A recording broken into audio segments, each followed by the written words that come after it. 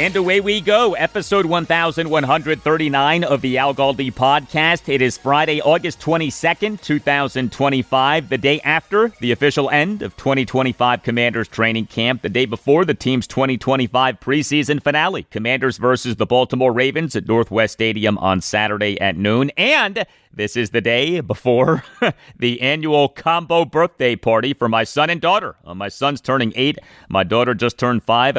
Their birthdays are 3 days apart. And no, that was not planned. Hello and welcome to this Friday installment of the Al Galdi podcast. Coming up on the show, high-level X's and O's Commanders analysis, as we'll speak with our good friend, Commanders analyst Mark Bullock of Bullock's Film Room, which you can find at markbullock.substack.com. Mark has so much good stuff for us, almost too much good stuff for us.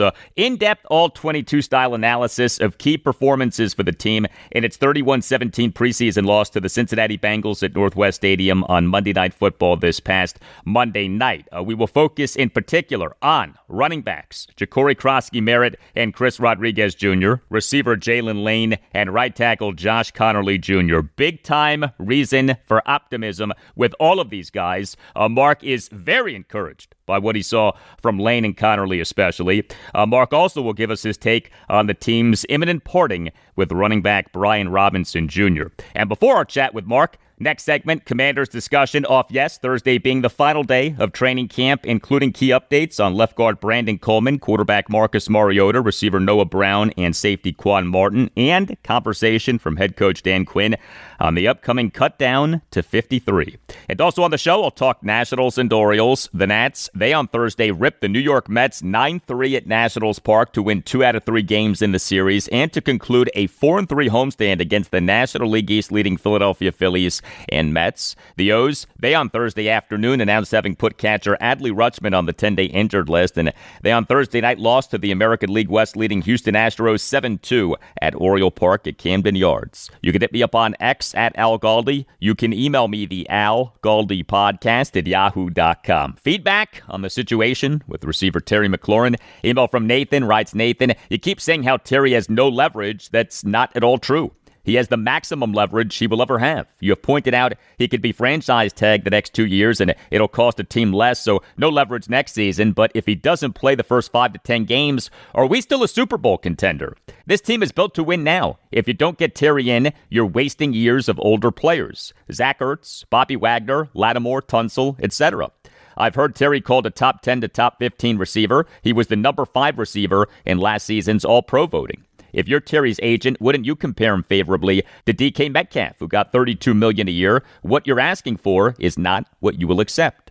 Terry has the leverage because he had 13 of Jaden's 24 touchdown passes. The remaining receivers got 7 touchdowns, and 6 of the 7 by receivers no longer with the team. In the postseason, Terry had 3 of JD5's 5 TDs. Terry also got 56 of Jaden's 170 first down throws. Without Terry, how much attention would Ertz and Samuel get? Can you count on Noah? Without Terry and Noah, who are your 3 receivers to go with Debo? Do you think AP should base all his leverage on we have a franchise quarterback? Do you think expecting Jaden to carry the team in his second season even more than last year against better defenses would be a wise decision?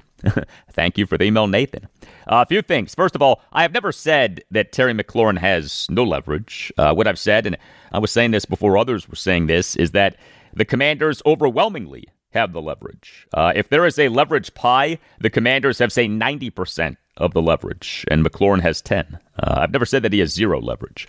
Regarding Pittsburgh Steelers receiver DK Metcalf, so he reportedly has an average annual value and AAV of $33 million, not $32 million, as Nathan wrote. And Metcalf is 2 years younger than Terry McLaurin. The 2025 season will be Metcalf's age 28 season and will be McLaurin's age 30 season. If you buy into receivers declining in their 30s, and clearly Commanders general manager Adam Peters does, then that age difference is meaningful, especially considering that what's being negotiated here is a contract extension that wouldn't begin until the 2026 season, McLaurin's age 31 season. And when it comes to all of those wonderful stats and all of the praise for McLaurin that Nathan provided, and McLaurin being the best receiver on the Commanders and being a really good receiver, yeah, all of that is true. He, to me, is a top 10, top 15 receiver in the NFL. But again, if you buy into receivers declining in their 30s, and clearly Adam Peters does, then why sign McLaurin to the mega money, top of the market contract extension that he wants when that extension would start with his age 31 season? You want to be paying McLaurin for what he will do, not for what he has done. And so if you're Adam Peters, why not sign McLaurin to an extension that you deem acceptable, or just play this year to year via him being under contract for the 2025 season and then having the franchise tag as a tool for the 2026 and 2027 seasons? We call that, wait for it, leverage. Email from Redskins fan, writes Redskins fan, "Hey Al, I heard you talking about the team's net worth. All I could think about was the teams and the owners are raking in money, but they can't pay the people who are bringing in the money." This brings me to the age disrespect. It's funny how we are one of the oldest teams, and we are talking about how the team doesn't want to pay Terry. As far as I know, the GM is responsible for that. So here's some knowledge. When vets lose physical traits, those vets make up for that in knowledge and work ethic. Also, when the young guns come in, they can follow the lead. Look at Bobby Wagner. Players like to hear from other people who have played the game. The argument about the Commanders don't want to pay Terry because he might slow down, it's ridiculous because some of the greatest receivers in NFL history reportedly ran slow 40 times, like Jerry Rice. He is said to have had a slow 40 time. Also, the way you judge how well someone is going to do is by the past and projecting it into the future. So you pay people for what they have done and what they are going to do. Also, I feel like the team underpaid Terry last time, so let's pay him for his overperforming. I know that what I say doesn't make a difference to get him paid, even if Washington management hears this, because it is deaf to what the fans want. I really hope the GM gets fired ASAP. As far as I'm concerned, I've seen enough. This isn't the only player the GM has done dirty since he has been here, but I tried to give him a pass, but the reporting I heard is that this is who he is. Fans watch to see the players the fans love play, not to watch the GM's ego trip. Appreciate the voice that you give to people who listen to your podcast. I have you as a podcast favorite. The app I use doesn't give me a place to write a review or give a 5-star rating, but you can tell them I give you a 5-star rating and send this portion of the email. Hope you are prosperous, because the money needs to go in the pockets of the ones who are putting in the work. Thank you for the email, Redskins fan. Yes, Terry McLaurin and I fighting the good fight. But wow, a call for Adam Peters to be fired. I was not expecting that, but Redskins fan, I very much appreciate the support. Thank you. Email from Kim, writes Kim, "Hi Al, we are really getting into a heap of trouble here. No Noah Brown, no Terry McLaurin. We have Debo. I mean, when is it going to be go time? It better be soon. This waiting around and working on the sideline is not active reps. We are losing valuable time, and it will be difficult to play catch-up." Thank you for the email, Kim. I hear you. I do. I get the concern. And Kim mentioned Noah Brown.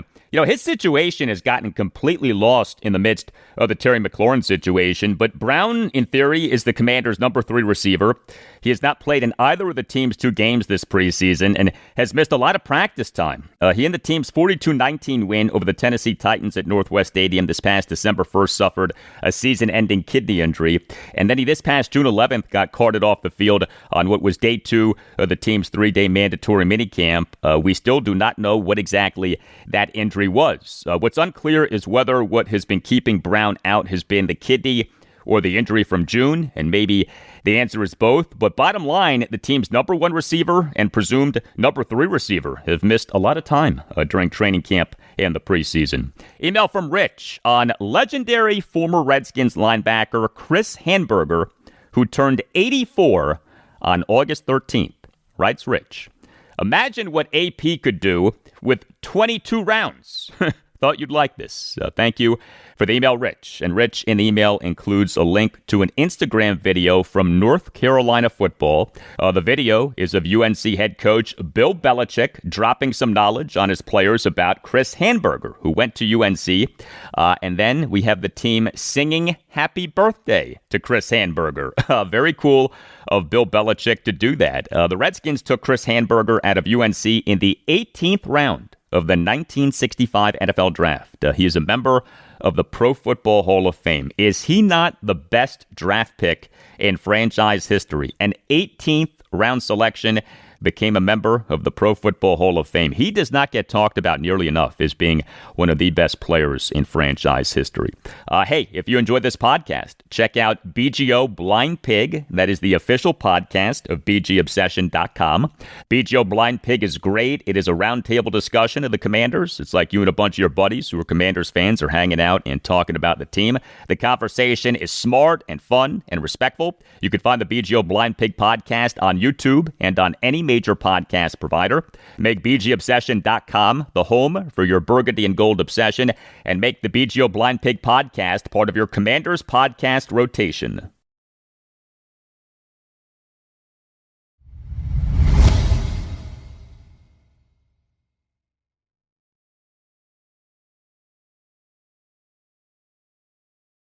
Hey, a few things that you can do to support the podcast, and these are things that cost nothing and take very little time. First of all, you on Apple Podcasts and on Spotify can both rate the podcast and write reviews. The highest rating is a 5-star rating. It is greatly appreciated if you give the podcast a 5-star rating, and it is also greatly appreciated if you write just like a 1 or 2 sentence review saying that you like the podcast. Also, following the podcast is a big help. If you have an iPhone, following the podcast is as simple as clicking on the word follow next to a plus sign near the top right of your screen. Thank you for doing these things. They help to make the podcast a success, and thank you for listening to the podcast. The Commanders will conclude their 3-game 2025 preseason with a game against the Baltimore Ravens at Northwest Stadium this Saturday at noon.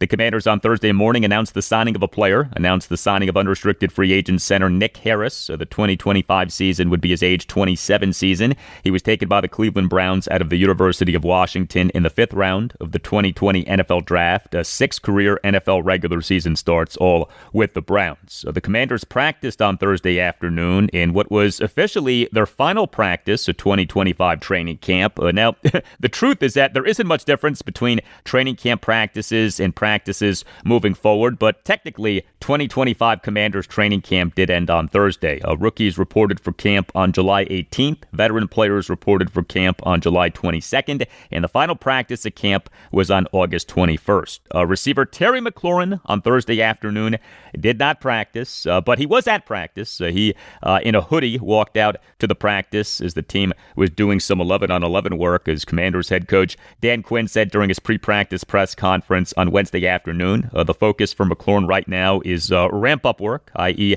conditioning work. I do want to note this. So the team on Saturday morning announced having activated McLaurin from the active/physically unable to perform list. What is almost always the case is that a player begins practicing right away off being activated from a physically unable to perform list, because the ramp-up work, the conditioning work, is done during the player's latter days on the physically unable to perform list. That work apparently was not being done by McLaurin is further reason to believe that this ankle injury has been a cover for him to not practice, but also not get fined, has been a cover for the hold-in as he is in the midst of these contract extension negotiations. Not that this is some big reveal at this point, but I did want to point that out. It is not normal to be activated from a physically unable to perform list and not begin practicing almost immediately. Dan Quinn, he did a pre-practice press conference on Thursday afternoon. This was Quinn during his opening statement. Last training camp practice in a lot of ways. But over the last month, a couple things that came to mind as I was driving in thinking. I really appreciated the fans that came to see us over the last month. For the players, I thought the new parts of the facility was really effective for them. And knowing from locker room to training room to the things that, they needed, like tip my cap to Josh on that to make sure he provided that.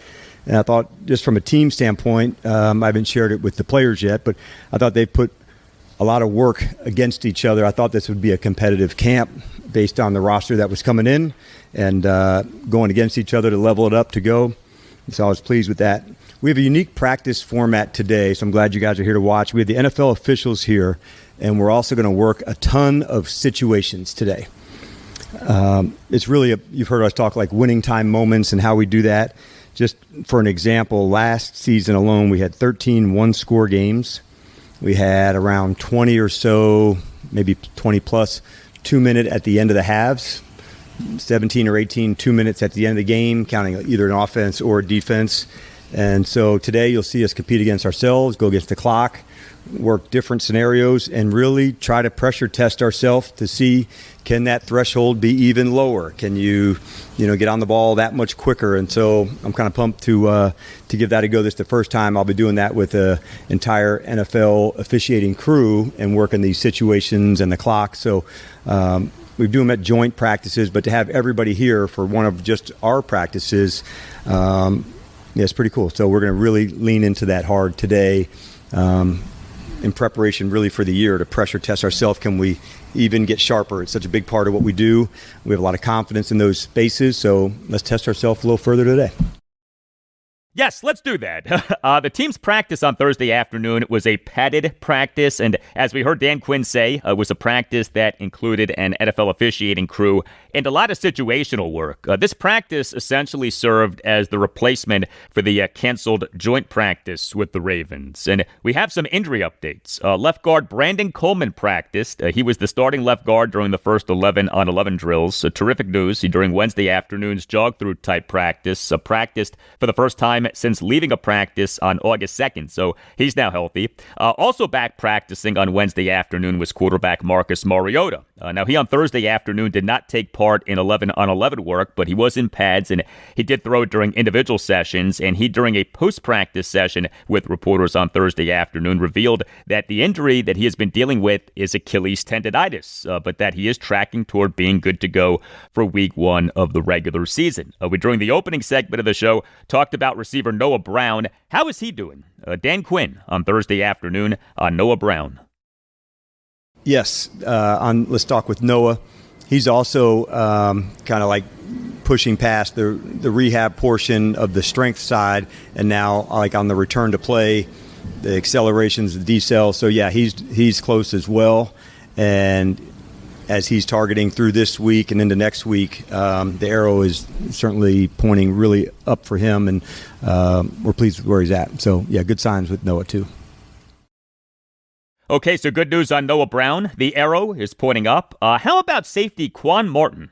He and the team's 31-17 preseason loss to the Cincinnati Bengals at Northwest Stadium on Monday Night Football this past Monday night played on 18% of the team's defensive snaps. He this past April 26 revealed to reporters that he played much of last season with 2 separated shoulders. That is nuts. Martin, for last regular season, played on 87.07% of the Commanders' defensive snaps, and he, for last postseason, played on 92.6% of the Commanders' defensive snaps, and he last season played on special teams. Again, the guy had 2 separated shoulders. And, of course, who could forget what he did in the team's 45-31 win at the Detroit Lions on January 18th in the divisional round of the NFL playoffs, a 40-yard pick six with 5:25 left in the second quarter. He did that with 2 separated shoulders. We on Thursday afternoon had this exchange between Commanders insider David Harrison of SI.com and Dan Quinn. For talking to Quan Martin before he got the preseason action this last Monday night, I know for him, getting those first game reps and hits on those shoulders was a big moment for him. To see him kind of just go for it and not really be hesitant and then come out of it obviously clean. How important is that for you, but then also for the player? For those of us that know Quan, did you really think he'd hesitate? And he is as tough as it gets. But I did talk to him before the game, and he was excited, and we wanted to have that moment before the regular season to make sure the contact, and for anybody who's coming back from an injury or a surgery, like there is that first hit, jitters, okay, this is normal, this is how it's supposed to feel. So it was an important part of it. But if you saw maybe on the tackle that he made down on the 1 yard line, there was not an ounce of hesitation or finish about him. But he has quietly also become really one of the leaders around here. And you've heard us talk about developing leaders. I think Quan might be up near the top of that. You hear us talk about, a Revo or Tress or somebody that had this established leadership. And now my job is to see the leaders in others. And Quan's somebody that comes to mind in my mind on that. Like, he is definitely becoming a voice here that is really strong and very well heard in the locker room. Well, the Commanders took Quan Martin out of the University of Illinois in the second round of the 2023 NFL Draft, an actual draft pick by Washington during its time with Ron Rivera as head coach in charge of player personnel that just may work out. So the Cutdown to 53 is coming this Tuesday, August 26. It is on that day that each NFL team must have its active roster at a maximum of 53 players by 4 p.m. Eastern. We on Thursday afternoon had this exchange between WUSA 9 sports anchor Chick Hernandez and Dan Quinn.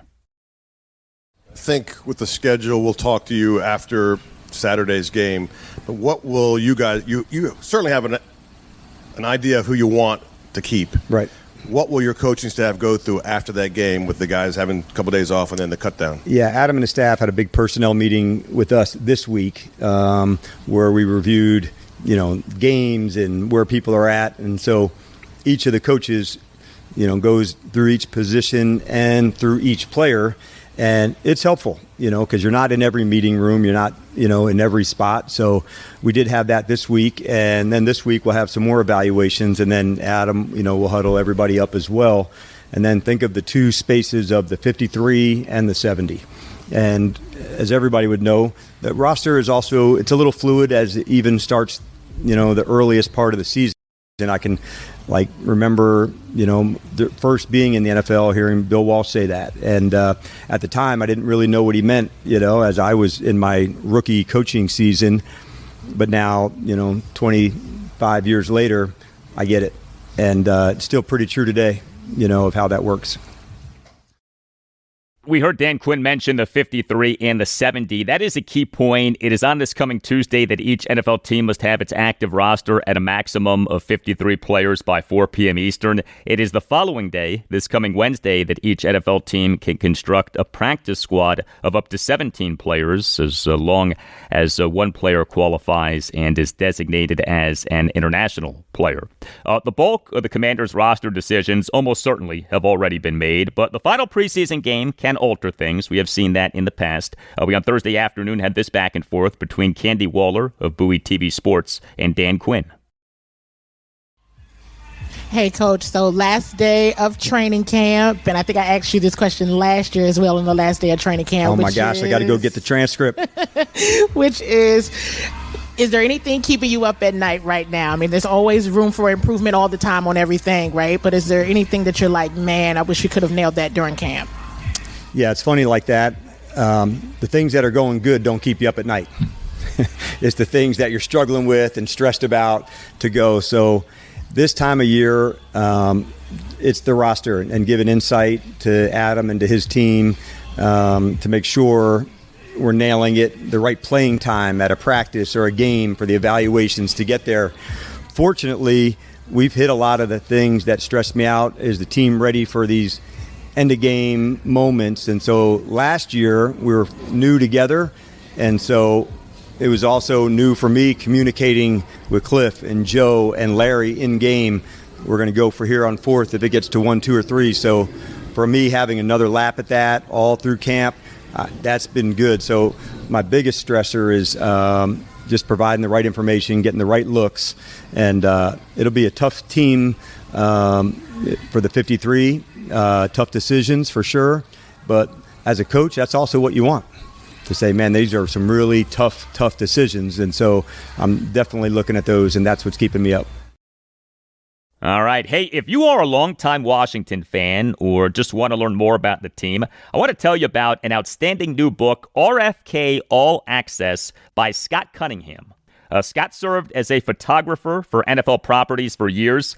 He photographed the Redskins extensively during their glory days of the 1980s and early 1990s. Scott, via RFK All Access, has put together a compilation of his best Redskins photos, many of which are behind-the-scenes photos. Joe Gibbs, Jack Kent Cook, Richie Pettibone, the Hogs, the Posse, Sonny Sam and Frank All, and so many more are featured in this book, which is 392 pages of glorious Skins history. 5 pounds of Redskins gold. If you are a serious Washington fan, if you are a Skins historian, the book is a must-have. Also makes for a great gift. This is a book that has been endorsed by Joe Gibbs himself. Quote, "This is a great book filled with great memories," end quote. I have the book. It is sensational. RFK All Access. You can get the book by visiting rfkallaccess.com. And when you order the book, mention in the notes section that Al Galdi sent you. That's rfkallaccess.com and mention in the notes section that Al Galdi sent you.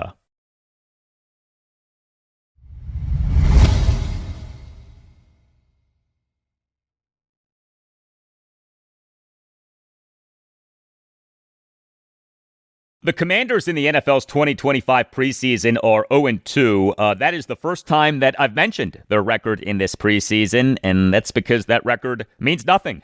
In fact, the team over its 2 preseason games has had some very encouraging performances by players. And so for insight on such performances by such players in the team's most recent preseason game, the 31-17 loss to the Cincinnati Bengals at Northwest Stadium on Monday Night Football this past Monday night, I'm very pleased to welcome back to the Al Galdi podcast Commanders analyst Mark Bullock. Mark is exceptional at talking Commanders from an X's and O's standpoint. He does tremendous Commanders All-22 breakdowns. You could read his work on his Substack, Bullock's Film Room, which you can find at markbullock.substack.com. Mark has written for The Athletic and for The Washington Post. He also is a Commanders fan. You can follow him on X at Mark Bullock NFL. Hey, Mark, how are you? I'm doing very well, thanks. How about you? Doing well. Before we truly get going here, I do want to get your take on the situation with running back Brian Robinson Jr. His time with the Commanders, of course, essentially is done. We on Sunday evening had reports that the team is interested in trading him. He then did not play at all in the preseason loss to the Bengals on Monday night. Head coach Dan Quinn, during his postgame press conference late night on Monday night, essentially confirmed that the team is going to trade Robinson or cut Robinson, and he was excused from the Commanders' practices on Wednesday afternoon and Thursday afternoon. Why has the team soured on Robinson? In terms of on-field performance, I feel like Robinson's been someone that I feel like Washington fans in general kind of have almost undervalued. But in terms of what he actually is, he's kind of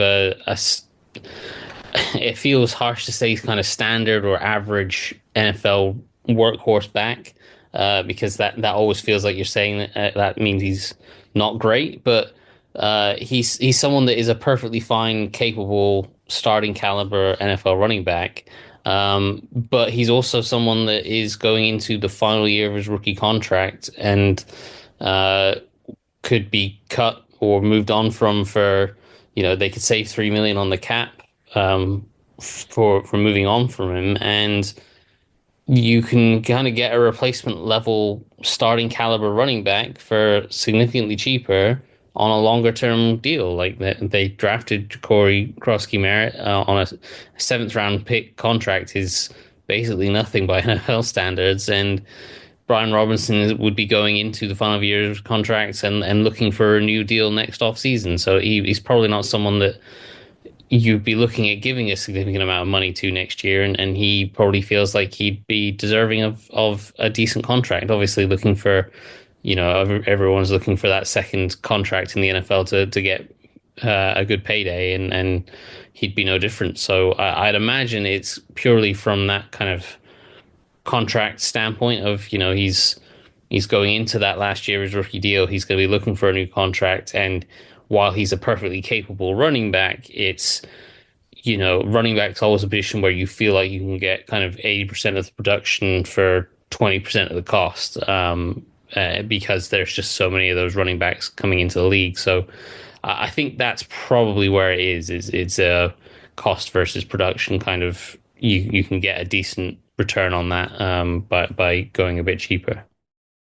The presumed 4 running backs who are going to make the Commanders' initial 53-man roster for the 2025 season are Jacory Croskey-Merritt, a.k.a. Bill, Chris Rodriguez Jr., Austin Eckler, and Jeremy McNichols. A lot of ways that carries by those backs in the 2025 regular season could end up going, but it would seem that the bulk of carries by backs are going to be by Croskey-Merritt and or Rodriguez. Are Croskey-Merritt and Rodriguez better fits for offensive coordinator Cliff Kingsbury's offense as compared to Brian Robinson, or Are Croskey-Merritt and Rodriguez just better than Robinson in addition to being cheaper?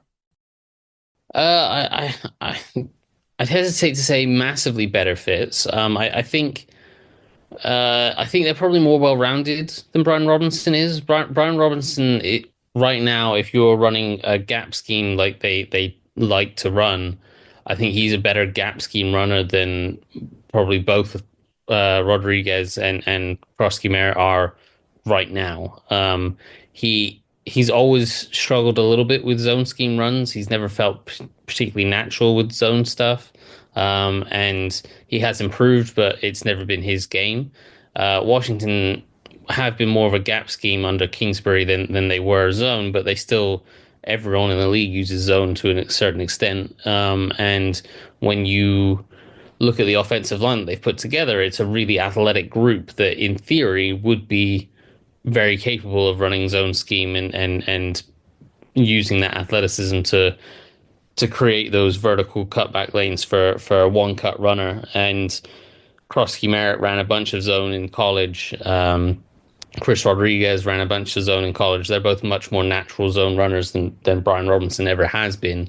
And they're both very capable of gap scheme runs as well. So they're probably more well-rounded than Brian Robinson, and probably in Croskey-Merritt's case, there's more upside there that in a year or two's time they can be more explosive and a better runner than Brian Robinson is. But today, Robinson's a better runner in the kind of gap scheme stuff that they do. But yeah, again, it's that kind of 80% of production for 20% of the value. That I feel like that's probably where they're headed here. A problem for Brian Robinson has been a lack of explosive runs, and so you could not have scripted the first quarter of the preseason loss to the Bengals on Monday night much better for Chris Rodriguez and Jacory Croskey-Merritt. The Commanders' second offensive snap of the game was a monster run by Rodriguez. On a 1st and 10 for the Commanders at their 45, Rodriguez had a 40-yard pistol handoff run, and Croskey-Merritt had a 1st and 10 27-yard shotgun handoff touchdown run with 5:36 left in the first quarter. Rodriguez for the game, 6 carries, 62 yards. It was not targeted in the passing game, played on 21% of the Commanders' offensive snaps. Croskey-Merritt for the game, 11 carries, 46 yards, and the touchdown. Had 2 receptions for no yards on 2 targets and playing on 37% of the Commanders' offensive snaps. You on your Substack on Wednesday put up a breakdown of Rodriguez and Croskey-Merritt in this game. What went well on those explosive runs, and what stood out from each guy's performance in the game? Yeah, well, the scheme really went right on those explosive runs. They weren't explosive runs where the running back has done all the work. In Chris Rodriguez's case, they ran a crunch scheme, which is it's a trap scheme, but it involves a trap and a wham. If you want to be really technical about how different trap schemes are run, it involves basically every kind of trap that you can have, and essentially 3 linemen pull one way and 3 linemen pull the other, and you're trapping defensive linemen and surprising them, and it creates a hole right up the middle of the defense, and that's what they did. And John Bates came with the key blocking the defensive tackle, and Chris Rodriguez did nice initially to just be patient and allow Bates to make that blocking and work around that defensive tackle, but then he had just a clear, huge lane in the middle of the defense thanks to the scheme, and took off and picked up 40 yards before the deep safety could knock him out of bounds. So it was a nice run from Chris Rodriguez, but it was the scheme really opened it up nicely for him. Croskey-Merritt's run was a little bit more to do with what his explosiveness, but again, it was very much the scheme that opened up. It was their GT counter scheme that they ran a bunch last year, where they pull both the guard and the tackle from the left side, and they kick out on the right side, and they create this seal between the defense being blocked down inside by the right side of the line, and the left side kicks out when they pull out, and it creates that lane in the middle of it. And Jacory Croskey-Merritt did a really nice job of showing a little bit of patience, allowing those blocks to set up. And then once he found those blocks setting up, then he exploded in the hole and took off. So you saw that little bit more of patience, vision, and explosiveness from him. And And yeah, he then took off down the sideline, 27 yards. The safety couldn't get him, and I felt like he was kind of in cruise control a little bit on that run as well. He probably could have gone a little bit faster, a little bit more explosive, and he needed it, but he didn't. So, those were the two big explosive runs. I felt like overall, Chris Rodriguez maybe had a little bit more help from the scheme that they ran. Like, he had a couple of hits. He had another 9-yard run on a trap scheme that it was like the first run, but not quite the same scheme. But again, they kind of caught the defense by surprise with a tight end trapping a defensive tackle, and Chris Rodriguez did a nice job picking up 9 yards there. And then they did a draw play where he got 8 yards, and they got the defense rushing upfield thinking it was a pass, and then that created a nice bit of space for him to work with. So, and he got 8 yards on that. So I feel like he ran the ball well, and he generally does run the ball well. He sticks to his tracks and reads things out consistently.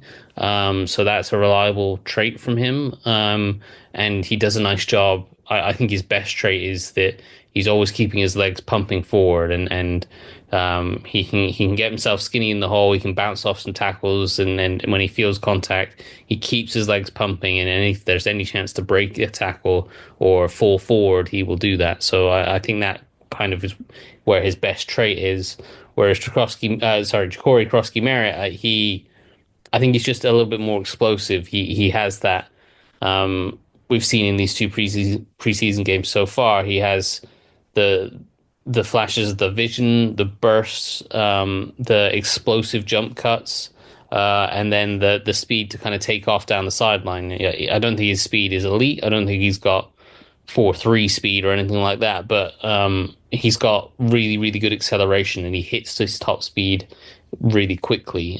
So that allows him to run away from defenders. So I think he's got a little bit more about him. I think both are pretty good running backs, and I think both could be pretty productive in Brian Robinson's place. Regarding that, if I told you that one of those two guys emerges as the Commanders' clear RB1 during the 2025 regular season, which guy is it? Jacory Croskey-Merritt or Chris Rodriguez? I'd say week 1, probably Rodriguez. Maybe by week 8, Croskey-Merritt probably, as he kind of adapts to the NFL and is ready to take on that heavier workload. And he basically spent last year not playing football because of the NCAA violation and stuff. So he's going to have to prove that he can withstand that kind of workload again and ramp himself up. So I don't think they'll throw him in at the deep end and give him 20 carries against the Giants. But so I think Chris Rodriguez will have probably the heavier workload to start the year. And I think he can be a pretty reliable running back and run the schemes the way they're meant to be run. But I think by kind of mid-season, if Croskey-Merritt can prove he can stay healthy, and then I think he'll probably take over the bulk of those carries and be that little bit more explosive with them. Much more with Mark Bullock in moments. The NACE Law Group, accident and injury lawyers. If you feel that you've been wronged, if you think that you've been wronged but aren't sure, contact the NACE Law Group, accident and injury lawyers, and mention that Al Galdi sent you. You could call 202-902-7611. You could also visit Washington, D.C., injurylawyers.com and submit for a free, no-obligation case review. The NACE Law Group, it features compassionate lawyers and zealous advocates for its clients. Led by the great Chris Nace and founded in 1979, the Nace Law Group is a Washington, D.C.-based family law firm that handles medical malpractice, personal injury, birth injury, legal malpractice, and consumer protection cases, offering aggressive advocacy for victims in Washington, D.C. and West Virginia. The Nace Law Group is outstanding. It will fight for you and your family. The Nace Law Group can help you and your family make difficult decisions. The Nace Law Group has recovered millions of dollars for the sick and injured. If you have a case, contact the Nace Law Group. Call 202-902-7611 or visit Washington, D.C., injurylawyers.com and tell the Nace Law Group that Al Galdi sent you. That's 202-902-7611 or Washington, D.C., injurylawyers.com, and make sure that you mention that Al Galdi sent you. The Nace Law Group, accident and injury lawyers. We're talking with Commanders analyst Mark Bullock of Bullock's Film Room, which you can find at markbullock.substack.com. Another standout for the Commanders in the preseason loss to the Bengals on Monday night was receiver Jaylin Lane. He had 3 receptions for 42 yards on 3 targets and had an 11-yard punt return in the first quarter. He played on 52% of the Commanders' offensive snaps. He, for the game, had an overall grade per Pro Football Focus of 79.6, the highest overall grade for any Commanders player who played on at least 15 offensive snaps in the game. You on your Substack on Tuesday put up a breakdown of Lane in this game. What'd you like from him? Yeah, I really like what I'm seeing from Jaylin Lane right now. I said last week after the Patriots game where he didn't have any catches, you still saw the speed that was really threatening to defenders, and you saw the kind of small details in his route running when he was working routes off of those deeper routes. So he had a kind of 3 or 4 play sequence in a drive working against the same slot defender against the Patriots, where the first play he just ran a deep corner route and he burns the slot corner who was in press coverage. He just ran straight by him, and the next play the slot corner was like, okay, I can't just press you, I've got to give you a bit of a cushion, you're too fast, and he still ran by him on the next play. And then the play after that, he gave himself a cushion, and he was terrified of that speed, and that allowed Lane to set up a nice curl route where he attacked the leverage, he angled his route outside, broke inside to the post, made the corner use a speed turn, and then broke it off on a curl route and created 5 yards of separation. And I was like, okay, there are some details in his route running that you didn't see in college because he wasn't asked to run these type of routes. And against the Bengals on Monday night, we saw him actually get the ball thrown to him in those situations. So his 2 of his catches were on curl routes, and the encouraging thing was the coverage was different, and he was able to adapt the curl route based on the coverage. So the first catch that he had was a curl route. The Bengals had a corner up in press coverage, but he was bailing just at the snap, and they were actually rotating into a cover 3. So the corner looked like he was in press man coverage, but just before the ball was snapped, he started to bail backwards, and then obviously as the ball was snapped, he bailed backwards to play a deep third. And Croskey-Merritt adjusted his route. So instead of just running straight up the field and breaking off at 12 yards or whatever their landmark is, he adjusted his route to widen his path and try to get into the corner's kind of blind spot. He obviously used his speed to eat up the cushion between himself and the corner really quickly to get that corner kind of worried about a vertical threat. And then by widening his angle, he threatened to go outside, force the corner to widen himself to stay on top of it, and really make him panic about the potential of him going deep. And that, of course, meant that when when Lane broke off his route sharply, he created a bunch of separation. And so that was a really nice route against cover 3. And then on the next drive, they ran another curl route, but this time the Bengals did play press coverage, and he adapted the way he ran the route. So instead of attacking the outside leverage and eating up that cushion and forcing that corner to stay deep, the corner was up in press. So he used a little stutter at the line and then released inside and just burned the corner with speed and threatened him vertically. And the corner was kind of frantic in like turning and trying to run and keep up with him, knowing he was going to get beat down the field. And so he kind of just put his head down, was sprinting to try to keep up. And that's when Lane sharply broke off inside on the curl and created, again, a couple of yards of separation and made a nice catch. So you saw some really fine details with his route running, and you saw him running the same route, but changing it based on the coverage. And that's some higher level detail that you don't necessarily see from younger receivers coming out, especially kind of 4th round receivers. And that was something you didn't see from him in college because he just wasn't asked to run these type of routes. It was either go routes down the sideline, or he'd be running the kind of gadgety stuff that they do with Debo, where it's like jet sweeps and swing screens and that kind of thing. So it wasn't something that he did in college. But you can see that there's some really encouraging details in his route running that suggest that, yes, the speed is obviously always going to play. That's always going to be a deep threat. but he understands how to use that and run routes like curls and comebacks and digs off of those deeper route trees that suggest that there's more to his game, and I think that's a really encouraging sign for them going forward. Wow, outstanding to hear that. The Commanders took Jaylin Lane out of Virginia Tech in the 4th round of the 2025 NFL Draft. There have been so few quality rookie seasons for Washington receivers in recent years. The last receiver to have a really good rookie season for the team was Terry McLaurin in 2019. Before that, Jamison Crowder in 2015. How would you say that Lane is positioned in terms of potentially having a significant impact in his rookie season? I feel a lot better about him making an impact than I did about Luke McCaffrey at this point last year. I feel like there is stuff that immediately stands out that obviously the speed will always play. 4.3 speed? That will always play. That's always a deep threat, whether he's playing in the slot or outside.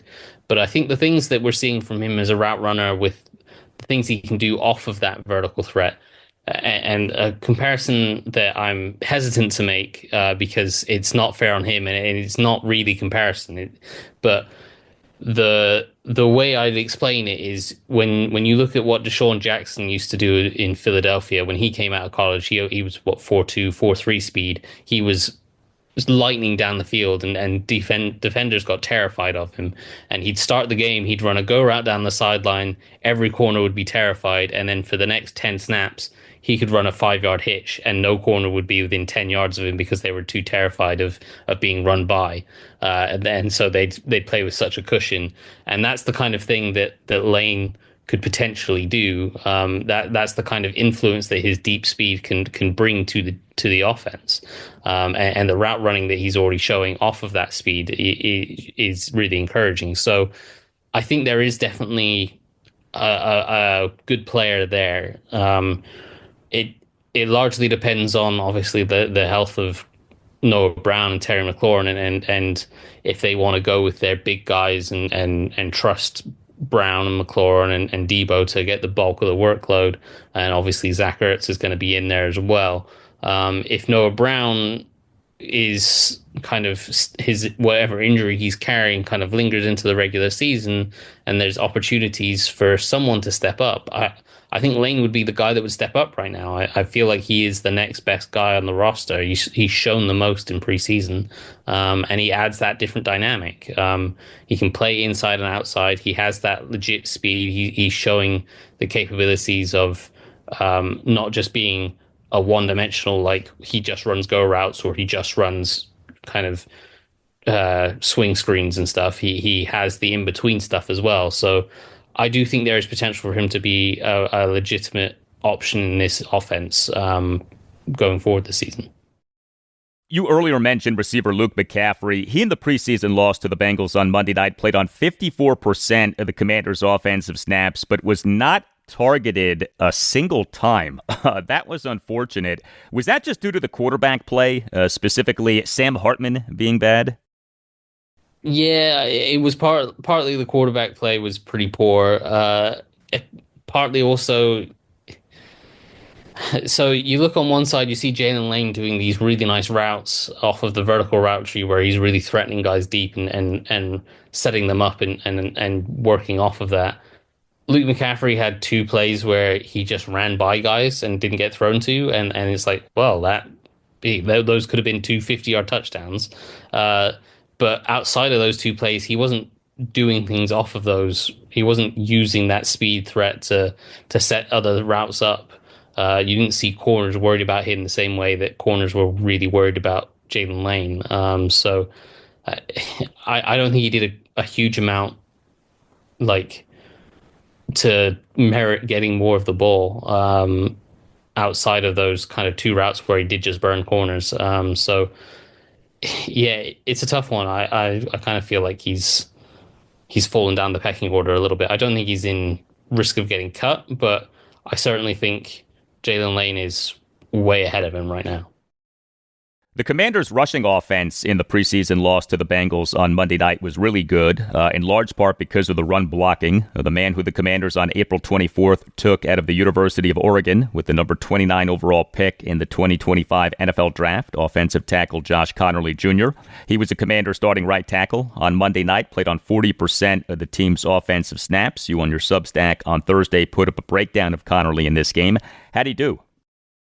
Yeah, I thought he showed continually improving in the run game. That was something that I didn't anticipate from him early in his career, because in college it was not something he did. They ran basically a bunch of zone stuff, and they did occasionally like pull him to the edge and stuff, and you saw the ability to block in space, and that's great. But he didn't show the kind of thump and power inside that you'd want to see from their gap scheme stuff. It was more kind of zone scheme, backside cutoffs, and that kind of thing. But we've seen them running their kind of like on the Croskey-Merritt 27-yard touchdown run. He was the front side down block on the three technique defensive tackle, and he just washed him out of the play completely. And you saw a lot of power within him there, and that's not something that you necessarily saw from him in college, so that's encouraging. But the thing I was mostly encouraged about was the step up in his pass protection from just a week ago, from that first game against the Patriots. I think I talked to you last week that he had a good game against the Patriots, but he was a little one-dimensional with his pass sets. He was consistently looking to get very wide and get a lot of width rather than necessarily getting as much depth. And that meant that, yes, he was creating a wide pocket and getting himself as far away from the quarterback as possible, which gave him extra space to work with. But it also meant he was engaging with defenders a lot quicker, and that sometimes works, but it also sometimes leaves gaps inside and gets him beat inside. And we saw him adjust. Like he changed his setup where it was more consistently more of a sort of 45-degree angle from the line of scrimmage, where instead of going really flat and wide, he was getting more depth, still gaining some width, but gaining more depth as well to give himself just that little bit of extra space to work with. And that meant that he could redirect nicely if a rusher went inside. And there was a really good example of it where the Bengals rusher did exactly what the Patriots rusher did to him last week, where the Patriots guy got inside of him. Whereas this time the Bengals rusher tried to get inside of him, but because he had taken that different set, he had given himself a little bit more depth, he was able to redirect quickly and get back inside and cut off that rush and handle the rush a lot better. And we saw things like the biggest question coming out of college is how he could anchor against sort of true bull rushes in the NFL. He's obviously a very athletic guy, really quick feet, but he didn't have the lower body strength to anchor against bull rushes in college. And by using that different set and giving himself that little bit more depth, he was able to time up things a lot better. And there was a couple of examples of different Bengals edge rushers trying to bull rush him.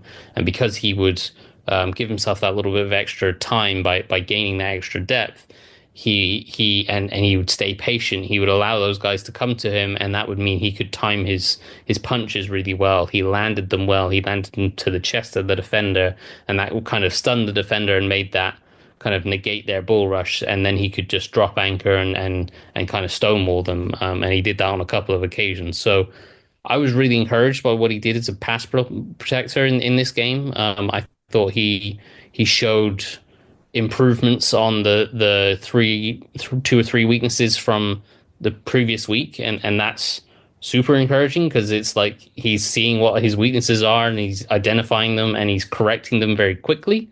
So you don't see that very often from a rookie. You don't see that kind of level of improvement that quickly. So that's really encouraging, and I think that it shows that even if he has a kind of a rough game or two in his rookie year, and he's going to have that, that all rookies do, it shows that he has the capability of identifying issues and correcting them quickly and then getting back to playing at a high level sooner rather than later. The man who Josh Conerly has been competing with for the Commanders' starting right tackle job, Andrew Wiley, he was the team's starting left tackle for the preseason loss to the Bengals on Monday night and has been moved around the offensive line a good bit recently due to various other offensive linemen being hurt. Safe to say Conerly is tracking toward being the team's starting right tackle?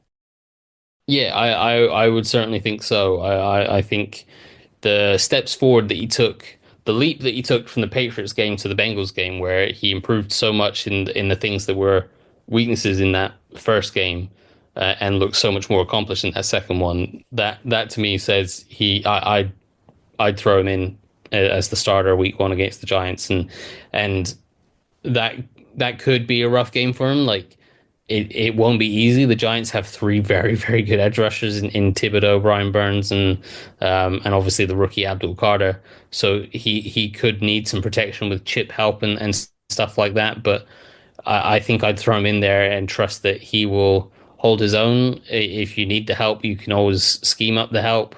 And you know that he's just shown that he proves he can learn quickly. So if he does make mistakes, he'll learn and adapt pretty quickly. And by week 3 or 4, you feel really good about his chances of kind of locking down that right tackle spot. So I'm really encouraged by what I've seen with him this week.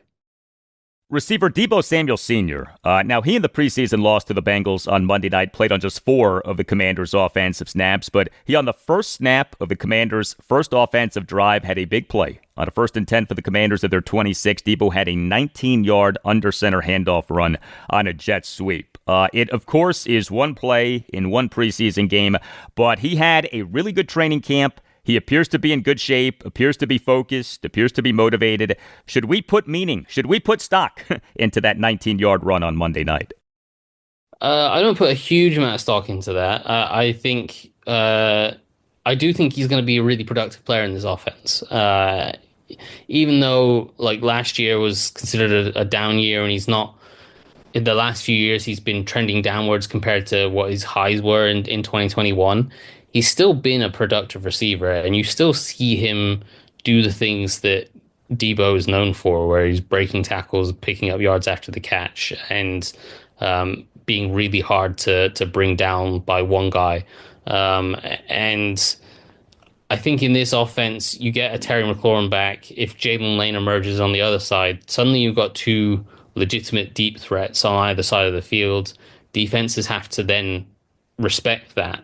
And that can take the defense just back a few yards, and that creates that little bit of space underneath for the stuff they want to do with Deebo. And you get Deebo the ball in space, he makes things happen, and he's still very much capable of breaking tackles. He's still very much capable of picking up yards after the catch and turning a 5-yard catch into a 10, 15, 20-yard reception. So I think he's still going to be a really, really important piece. I think he's going to be a very productive piece in this offense. Even if he doesn't reach his 2021 heights, I still think as long as he stays healthy, this offense is really suited to what he can do. And I think Kingsbury's going to have a lot of fun moving him around, getting him in the backfield and doing some stuff with that. Obviously working out of the slot or outside. I think he's going to be a real mismatch piece, and he's going to be someone that they can get the ball in his hands very easily on those kind of RPOs, those quick screens, those quick passes, and let him go to work after the catch. I don't put a huge amount into that one jet sweep, but I do think he's showing that he's healthy and he's in good shape, and I think he's primed for a productive season. Commanders analyst Mark Bullock of Bullock's Film Room, which you could find at markbullock.substack.com. Mark, thanks, and we'll talk soon. Of course, talk soon. All right. Hey, are you looking to upgrade the heart of your home? Whether it's time to replace your gas fireplace, modernize your hearth, or simply add more comfort and style, Nova Fireplace and Stove is Northern Virginia's go-to expert for heat, safety, and home transformation. Nova Fireplace and Stove is a family-owned, fully licensed, and insured company with over-the-top credentials, gas and electrical master's licenses, a Class A contractor's license, and a long list of 5-star reviews to back all of this up.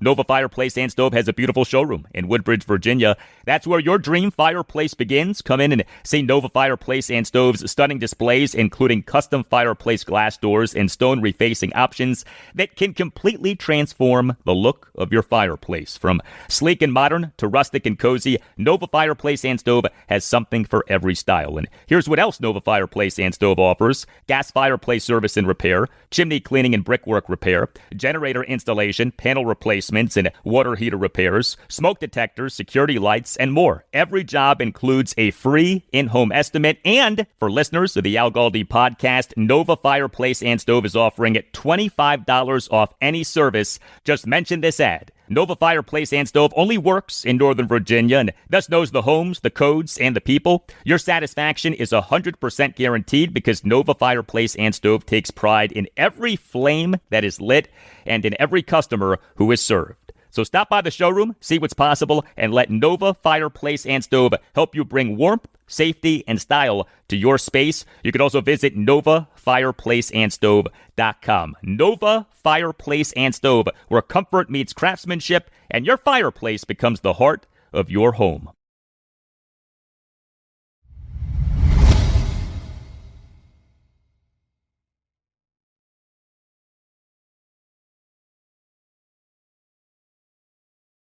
Well, the Nationals on Thursday concluded a winning 7-game homestand against the two best teams in the National League East. The Nats from August 14th through the 17th split a 4-game series with the NL East leading Philadelphia Phillies. And the Nats over this past Tuesday through Thursday won 2 out of 3 games against the New York Mets, a 4-3 homestand. Thursday, a 9-3 win over the Mets in a game in which the Nats overcame a 3-0 fourth-inning deficit. The Nats now are 7-5 over their last 12 games, and now in MLB's 2025 regular season are 52-75. Worst record in the NL East, second worst record in the National League. But I tell you, in this debacle of a season, this 4-3 homestand against the Phillies and Mets was really nice. A very good game for the Nats offense on Thursday. The Nats scored 9 runs on just 9 hits, which were a home run, a double, and 7 singles. The Nats worked 3 walks and went 4 for 12 with runners in scoring position. The Nats did strike out 14 times, but the offense overall was good. James Wood, he is the Nats starting DH and number 1 batter, went 1 for 5 with a 3-run homer. He struck out 3 times, but Wood in the Nats 4-run 8th had a 2-out opposite field 3-run homer to left field for a 9-3 Nats lead. James Wood over 3 games in this series went just 2 for 12 with a homer, a single, a walk, and 7 strikeouts. This was not some great series for him, but he on Thursday had that 3-run homer. He, for this regular season, is number 1 on the Nats in homers at 26 and is number 1 among all qualified Nats players in OPS at 830. Brady House, he on Thursday started. Yes, I said Brady House on Thursday started. Just the 6th time in 10 games that he started. On Thursday's show, episode 1138, ranted about how ridiculous his lack of playing time has been. Well, on Thursday perhaps earned more consistent playing time. He is the Nats starting third baseman and number 8 batter, went 3 for 4 with a double, an RBI single, and another single. House in the bottom of the third had a 1-out ground rule double to deep left field despite having been down in the count at 1.02, and the ball got stuck in the top of the padding on the left field wall, and House in the Nats 4-run 8th had a 1-out opposite field RBI single to right center field for a 6-3 Nats lead. Very nice to see Brady House do as he did on Thursday. He does need to get going offensively. That is true. He's since being promoted to the majors from AAA Rochester on June 16th. Has an OPS of just 588. And more production for the Nats at catcher. I tell you, with Keibert Ruiz in the midst of a second stint on the 7-day concussion injured list, Riley Adams and Drew Millis have done well. Adams on Thursday as the Nats starting catcher and number 5 batter went 2 for 3 with a 2-run single and another single. Adams in the Nats 3-run 5th had a 2-out bases loaded 2-run single to center field for a 4-3 Nats lead, although Andres Chaparro on the play got tagged out in a rundown between second and third base. Millis in the 5-4 win over the Mets on Wednesday evening as the Nats starting catcher and number 8 batter went 1 for 2 with an RBI triple. A big-time key for the Nats in this 9-3 win over the Mets on Thursday was the bullpen, which had a terrific series.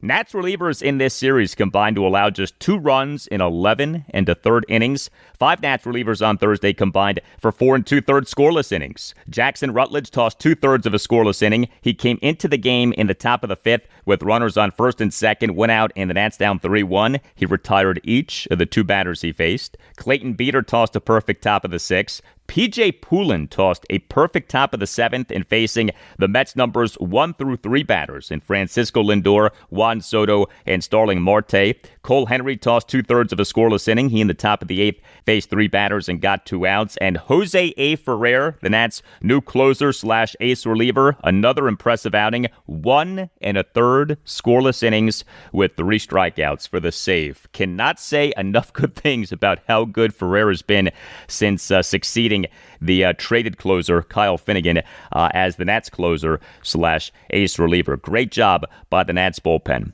The biggest negative for the Nats in this 9-3 win over the Mets on Thursday was Mackenzie Gore struggling for a 5th time in 7 starts. The Nats won this game despite their number 1 starting pitcher not doing well. He allowed 3 runs in 4 1/3 innings. He gave up 6 hits, which were 2 home runs and 4 singles. He issued 4 walks, did record 5 strikeouts, but Gore threw a lot of pitches.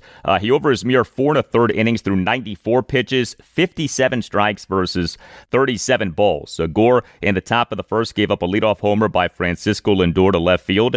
Gore in the top of the third gave up a 2-out opposite field solo homer by Starling Marte to right center field for a 2-0 Mets lead. The homer went a projected 413 feet per Statcast. So Mackenzie Gore now for this regular season, 26 starts, ERA of 4.11, whip of 1.35. The ERA is back above 4, and that whip of 135 is too high. Gore had been having a major step forward season. The stats have taken a major step back. Now, still time to get right before the end of the season, but like I said, he on Thursday struggled for a 5th time in 7 starts. Next up for the Nats is the 3-game series at the National League East leading Philadelphia Phillies. Game 1 Friday evening at 6:45, Cade Cavalli will be the Nats starting pitcher. Game 2 Saturday evening at 6:05, Mitchell Parker will be the Nats starting pitcher. Game 3 Sunday afternoon at 1:35, Jake Irvin will be the Nats starting pitcher.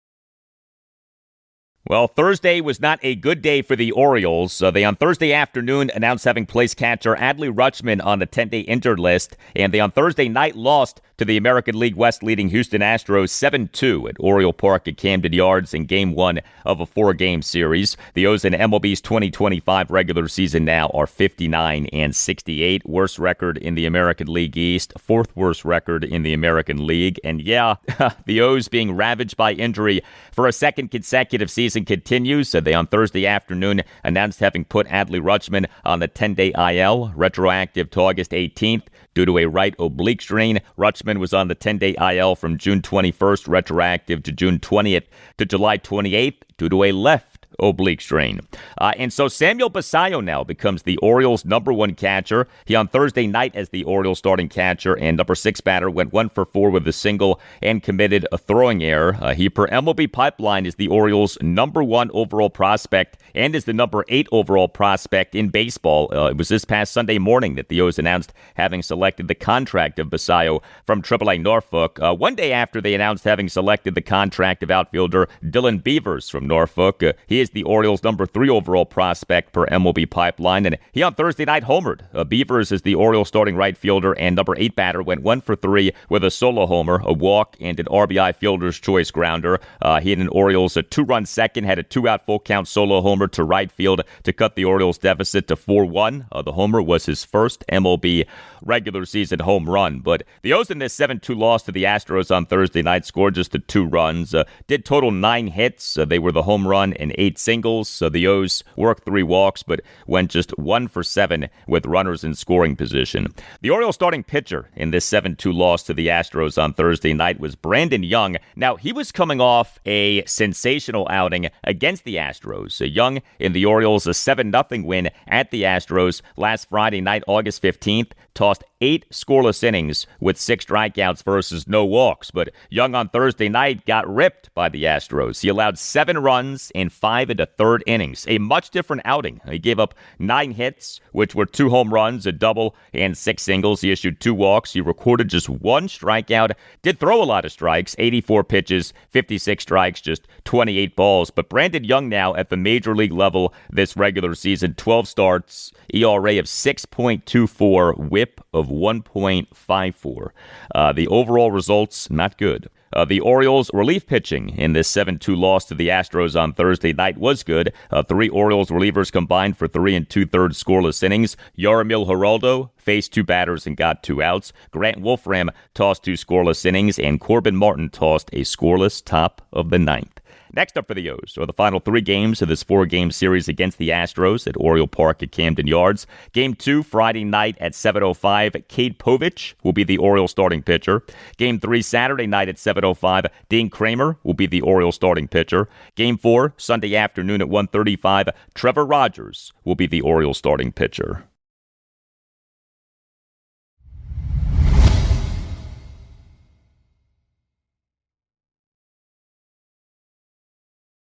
And that'll do it for you and me for now. Keep the feedback coming. You can hit me up on X at Al Galdi. You can email me the Al Galdi podcast at yahoo.com. Monday show, episode 1140. We'll have a lot for you on the Commanders. They'll conclude their 2025 preseason with a game against the Baltimore Ravens at Northwest Stadium on Saturday at noon. Also on Monday's show, I'll talk Nationals and Orioles. The Nats this weekend have a 3-game series at the Philadelphia Phillies. The O's this weekend have the final 3 games of a 4-game series against the Houston Astros at Oriole Park at Camden Yards. Have a great weekend, and I'll talk to you on Monday.